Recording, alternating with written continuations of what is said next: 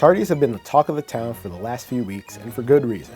This year, the way tardies are used in the system have led to a drastic increase in the number of students receiving consequences for being late. When tardies were entered into the system last year, it maxed out at 2 on the dean side, even if you had more. Now, the system continues to update tardies and automatically sends this information to the front office. Dean Clawwater talks on how this year's tardy system compares to previous years. Every tardy after the second tardy letter used to, in the past, the teachers would write a referral on anything after that second tardy.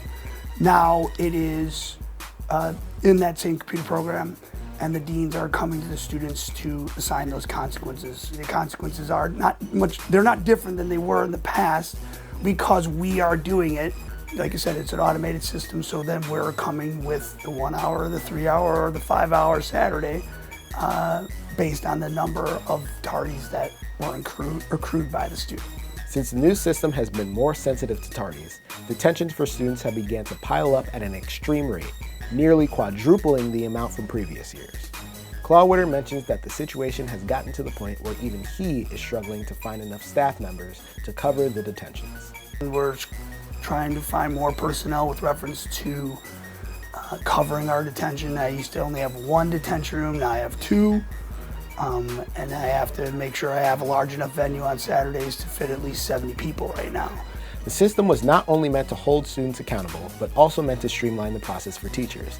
As all tardies are now accounted for by the deans, teachers are able to spend more time focused on teaching rather than writing referrals. Teachers Mr. Paul Fossey and Mrs. Tanya Kluth speak on how the system has made things easier on them. It's created less paperwork for me as a teacher, which allows me to focus more on teaching. So I appreciate the dean's office and computer services streamlining the process more for teachers so we can focus in on teaching rather than have to be concerned with the paperwork related to tardies. I think that it's been a nice silent way to get students to get to class sooner and become accountable. I've noticed first quarter there was a lot of communication between teacher and student about their detentions and tardies. So it's more silent behind the scenes, but now I sense during second quarter that the students are becoming more aware of how many they have and what they need to do to get here on time. Students are understandably upset of how strict the policy is, but some understand that sacrifices must be made to ensure they get to their classes on time.